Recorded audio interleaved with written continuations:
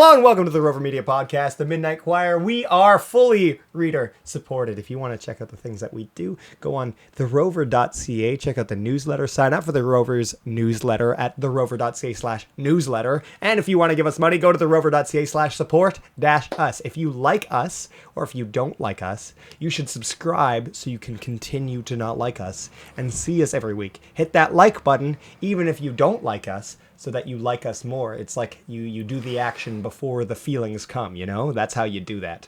So if you're enjoying our content, if you're enjoying being a human on this earth, if you enjoy anything about us, if you think Savannah is beautiful, if you think I have nice hair, which I do, you should hit the like button. Savannah, how are you? I'm good, Isaac. How are you doing? This is the first time we've recorded this. Yes, today, yes. Today, yes. This is no longer Savannah's debut. Nope. Debut. No. I'm seasoned. Not my first rodeo. This is no longer the debut of Savannah. This is actually secretly our third time recording together. Yeah. But you'll never see the second time. Nope. You could hear it, technically. You could not see it even if you wanted to. So please check all that stuff. Go to therover.ca/support-us. There's a link down below. There's a link down below to everything that you want. Today we are going to be talking about a interesting, pressing issue across Canada, but also here. We're going to talk about the war on drugs. No, I'm just messing around. Savannah expressly told me not to talk about that. What are we talking about? War on harm reduction. Let's go with that. That's so terrible. There should not be a war on harm reduction, and yet there is. Why is there? Okay, well, what has happened? So many people in Montreal and Quebec might have heard of a new center that opened in Saint-Henri called the Maison Benoît-Labre. It's a center for people who are experiencing homelessness and who are experiencing drug addiction. It's some apartments, but also a supervised consumption site for people to come and use drugs in a supervised space, so that if they OD, if they overdose, there is help available for them. What has happened since it opened is that there has been a lot of concern amongst people in Saint-Henri, especially families, because this center opened close to a school. And so there has been a lot of concern about drug use being observed close to the school, the elementary school, interactions between the users of the service and the school children and their families that families are just very concerned about. And this weekend, Pierre Poilievre, the federal opposition leader, kind of seized on all those concerns and the kind of public outcry that's been going on. And he was in Montreal over the weekend. Mm-hmm. Yeah, I think you're right. It might have been Friday. I think it was Friday he said it. Yeah. And he held a press conference in front of the playground of this school close to the Maison Benoît-Labre, and was super critical, to say the least. He referred to it as a drug den. He said drug den. Yeah, he said that when he's prime minister, he will shut down the drug dens across the country. He was very critical. He called out Mayor Valérie Plante by name, saying that she is allowing this. Historically, he has said that, Justin Trudeau is responsible for, killing drug users because of allowing harm reduction policies across the country. So he's very critical of services like the Maison Benoît-Labre, where people are able to come and use drugs in a space to prevent death.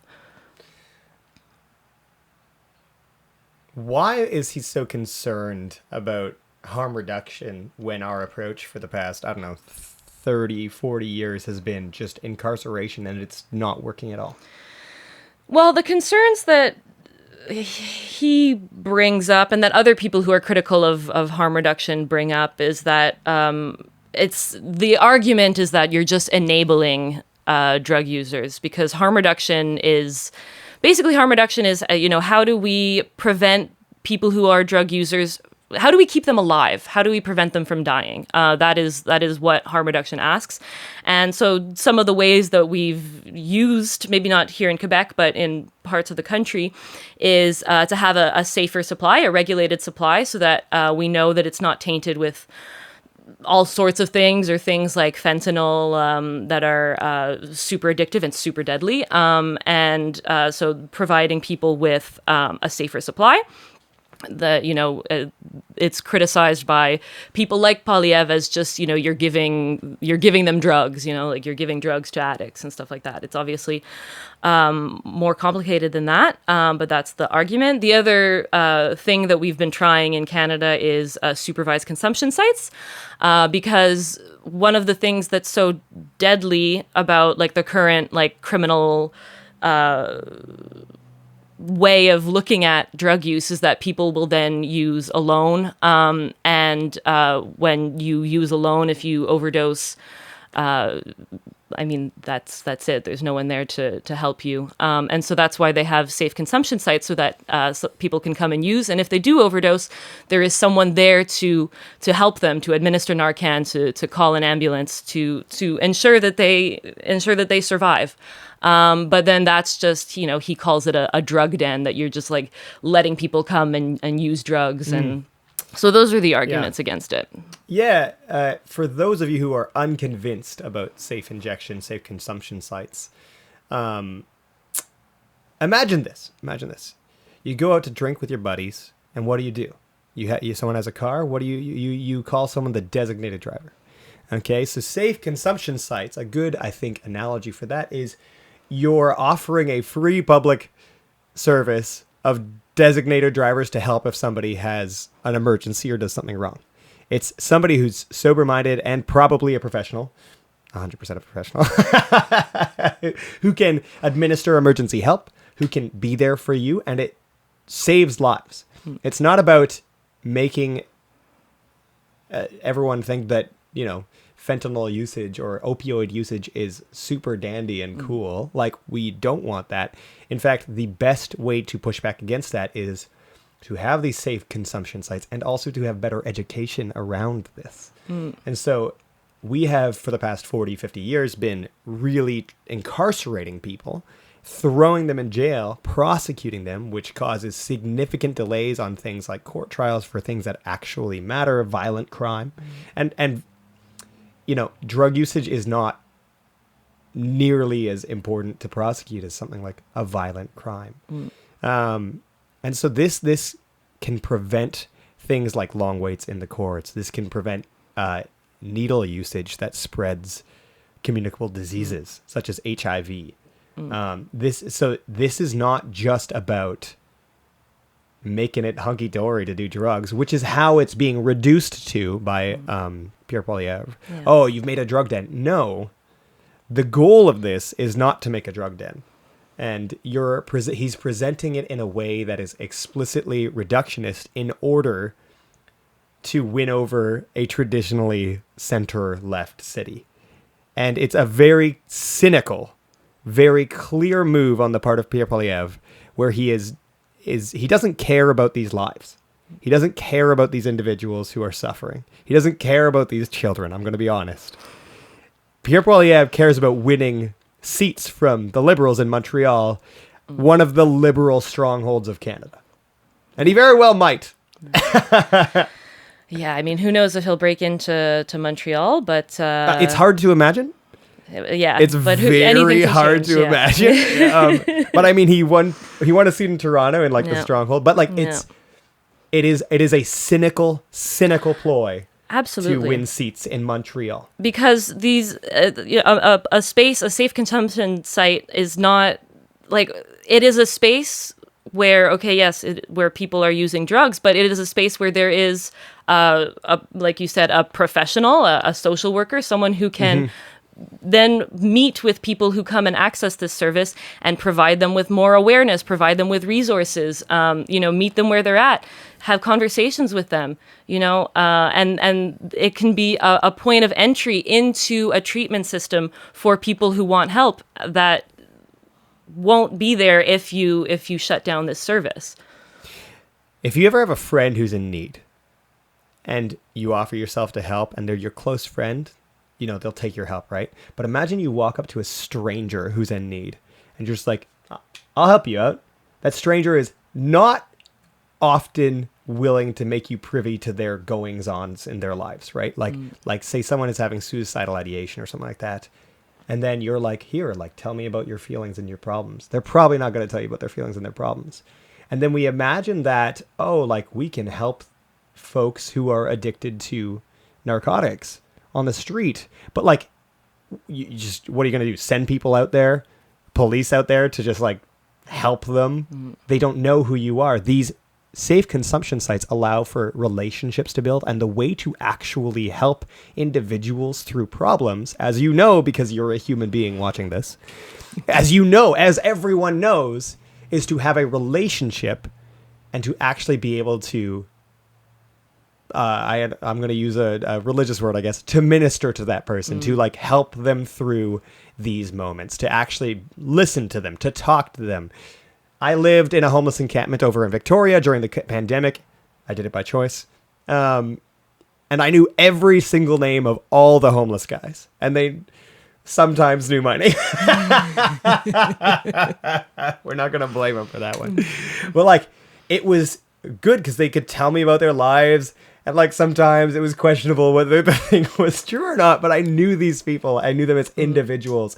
So they were more willing to talk to me. But the police roll up or some stranger rolls up, they don't want to talk to that person, And so this is an opportunity and needs to be embraced as such for actual change versus police officers rolling up and throwing people in a car because they possess half a gram of heroin. Who's that helping? It is actually, it's only causing harm, not only to the drug user, but to an entire system of courts, which is trying to actually help with justice, and to a prison system that is extremely overcrowded. And if you want to see some really good prison reporting, I really recommend a great website. It's called therover.ca, which you should check out for the excellent reporting on Quebec's prison system. Wouldn't you say? Yes, yeah. And some Quebec's amazing reporting. Judicial system broadly, we have a big series coming out on exactly this, the way that the judicial system is clogged up, underfunded, understaffed, and we're seeing really big delays in justice. And obviously clogging up the system with simple possession cases does not help the thing when simple possession should not be viewed as a criminal issue, should be viewed as a public health issue. Why are we criminalizing people who are... It is a public health issue. Yeah. People are dying and going to hospitals for it. In what way is it not a public health issue? We have a backed up hospital system, a backed up prison system. We could remedy significantly both of those problems if we reduce harm. Right? Yeah, absolutely. Both of those are significant problems. And one of the reasons both the prison system / court system and the health system are so backed up is because of things like fentanyl overdoses. It's a serious, serious problem that we have to overcome through creative means, because if we keep doing the same thing over and over, which, Quebec isn't. That's what's surprising about this. And the most surprising thing is that this is backed by the province of Quebec, as reported by Le Devoir. Yeah, so this is some new news that came out this week, first reported by Le Devoir on Monday. It turns out that as of last year, the province has decided to not officially decriminalize simple possession, but kind of de facto decriminalize. Basically, the law is still on the books, but the Quebec government will not prosecute cases of simple possession unless there's something else involved, unless a minor was endangered in the process, there was a violent crime committed, or the person was in possession of a weapon while using those. Otherwise, these cases, simple possession cases, the provincial government has decided won't be brought to prosecution provincially. And what brought about this de facto decriminalization? It's in keeping with federal, just the way things are going federally. Federally, they are looking increasingly at decriminalizing simple possession. Again, not, in cases of violent crime or et cetera, just simple possession. And so Quebec decided, in keeping with just the way it looks like the country is going, at least under the current government, they are in keeping with that. The SPVM, I think it's important to note, the SPVM, the Montreal Police, and also Montreal Public Health have formally requested an official decriminalization. And so this is kind of like a sort of halfway step towards that. It's a good temporary measure too, because like if they do want to decriminalize legally long term, I mean it's good to slow down the like rate of incarcerations now. Yeah. Yeah. And so the police bodies have officially said that they're going to keep arresting, because that's, the law is still on the books. You can still be arrested for simple possession. But a source to Radio-Canada said that the SPVM has already basically stopped arresting for just simple possession. So that's already kind of happening. That's really interesting. You said that this surprised you, that the Quebec government did this. I am a little bit surprised that the Quebec government did this. What I am more surprised about is the support that the Quebec government has shown for the Maison Benoît-Labre. I think it's one thing to... I think that the way that the CAQ government, specifically the social services minister, Lionel Carman, the way that he came out and said, listen, we are following public health directives that show that harm reduction is helpful to address toxic drugs and drug overdoses. And that, they support the Maison Benoît-Labre and such efforts. That was what really surprised me. I wasn't expecting that, but I was very pleasantly surprised. It's a really good sign. Yeah. Although I feel the CAQ has, like with COVID, for example, they did a fairly good job of handling that madness, right? They did a fairly good job. So they seem to defer to public health experts. Yeah. I think it's less of a political thing to be listening to. In Quebec, at least. Yeah, it's true. But Quebec has a high value on intellectualism and action and science. And so that makes sense to a degree. Yeah. Of this is kind of a value of Quebec to listen to scientists and experts. And that's one of our, I think, best traits. Yeah, it's true. Well, we're seeing in conservative governments in the country, we are seeing almost an ideological rejection of harm reduction, and I do think that's kind of what we're seeing with Pierre Poilievre. And here in Quebec, it's often referred to as being a small C conservative government, because there are on certain issues. It definitely is conservative, but Quebec being Quebec, it's not. It's not that simple. It's not truly that simple. Quebec has its own format and style of politics that is sort of just completely different, not really comparable to the rest of Canada. It's almost European in a lot of ways. I think we are very politically inspired by France, politically inspired by European stuff. Yeah. That is our third member of the podcast, Senor Floof, which is the name of my cat. Si, senor. One of my friends calls him Senior Floof, which I find hilarious. He is a senior floof. He is a senior guy. He's starting to lose his mind a little bit. He's not very smart. So, what has been the response from the Saint-Henri community to what has been going on? So I have been seeing an evolution. So the Maison Benoît-Labre was first announced a couple of years ago. There were some people when it was announced who expressed concern about what would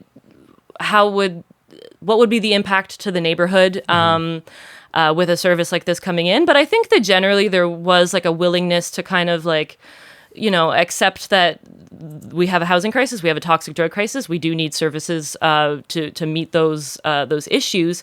So I think that there was kind of a willingness to see how it would go.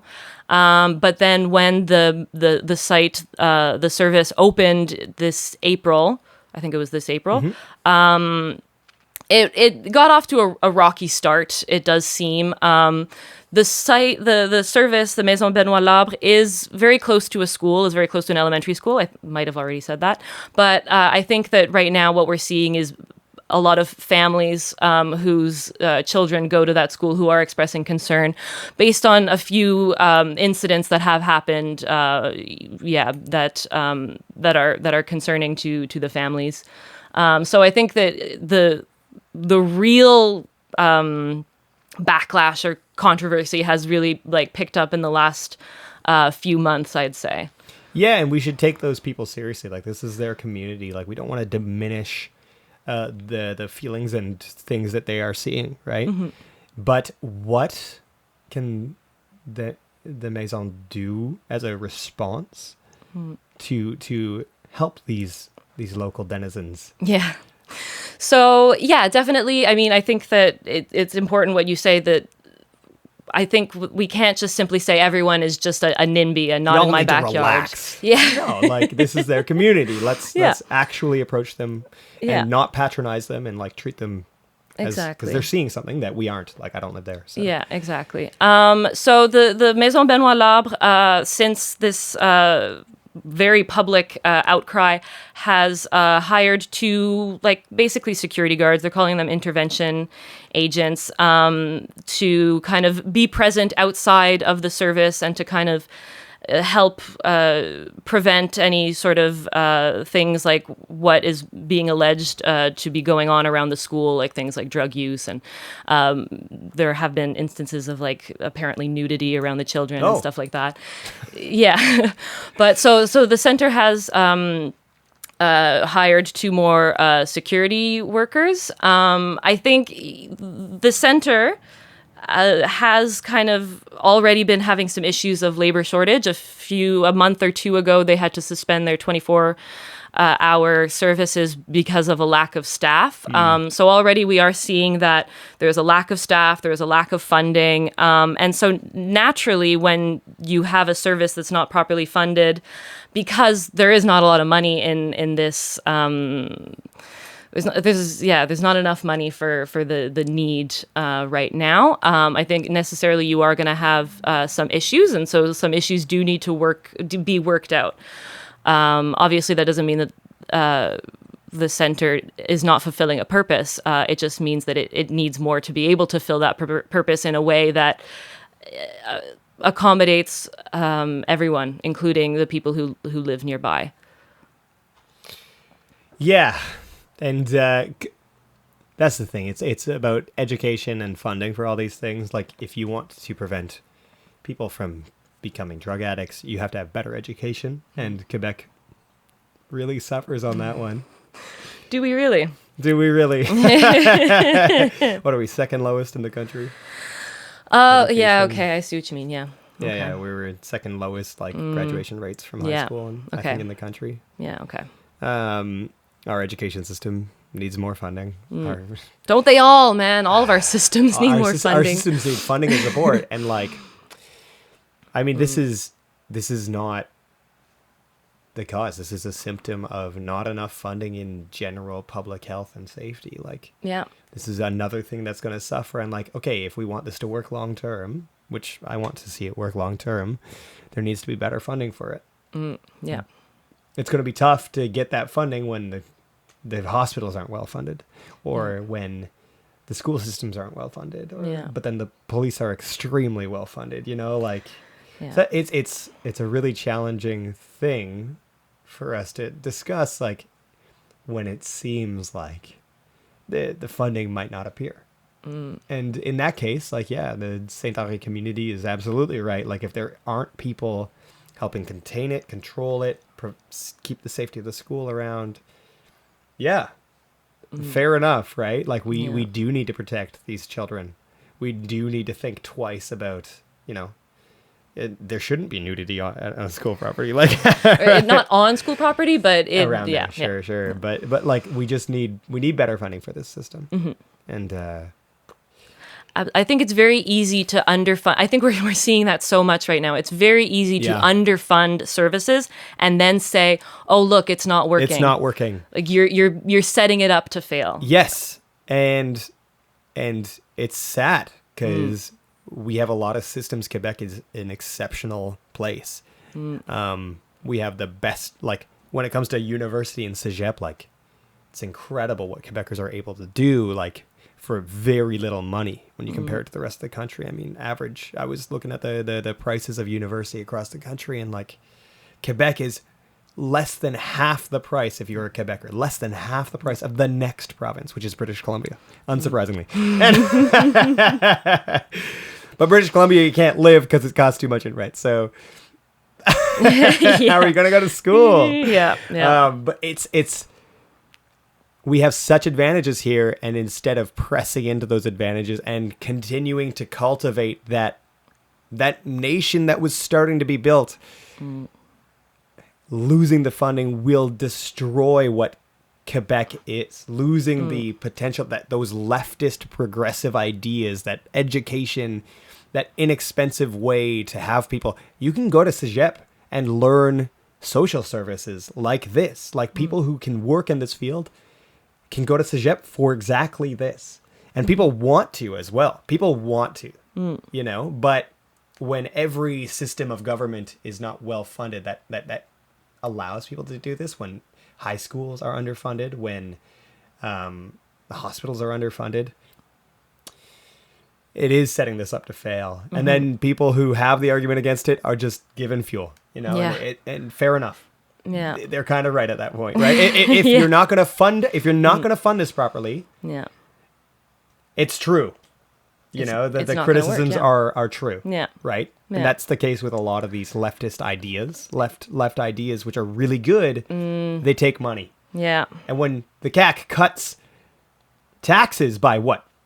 14% 2 years ago, was it? I can't remember. I can't remember the exact amount, but it was something like 10 to 14%. And then there's less money to do these things. Way less money. And then their response was, well, we still have the highest tax rate in North America. Yeah. And it's like, that is true. We do. Yeah. We still have the highest tax rate in North America. Yeah, but we have a lot of social programs, you know, that need funding. So that have traditionally given Quebecers one of the highest standards of living in the country. Yeah, exactly. And talking about funding, I think that I want to go back to kind of Pierre Poilievre and the numerous things he says, because he's, you know, he takes advantage of being at a press conference to say things that are not true and not really be challenged on a meaningful way.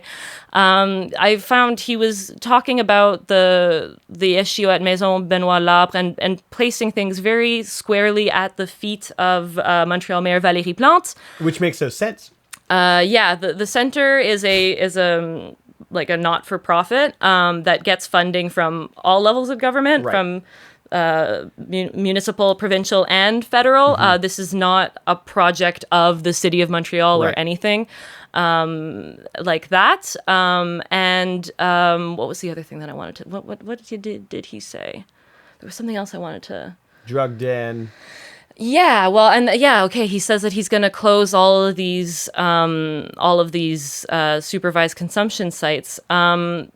Then how are you going to meet people where they're at and provide them with the tools, provide them with the information to help them get better? He's promoting treatment like rehab and stuff like that, but you have to find a way to connect with people to get them on the path to treatment. There's a whole very vital step before treatment that is being ignored and that harm reduction is coming to fill.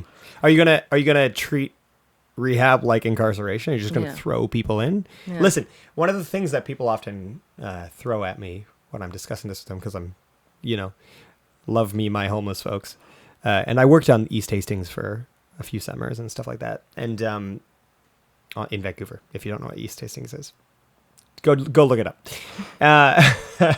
That's not the subject right now, but people throw this at me. They're like, well, just provide them housing spaces.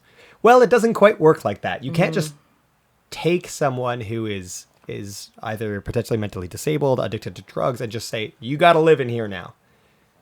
They're going to leave. They're going to walk out. I have an acquaintance who killed himself, and he got put in a psychiatric ward. But guess what? You can just walk out.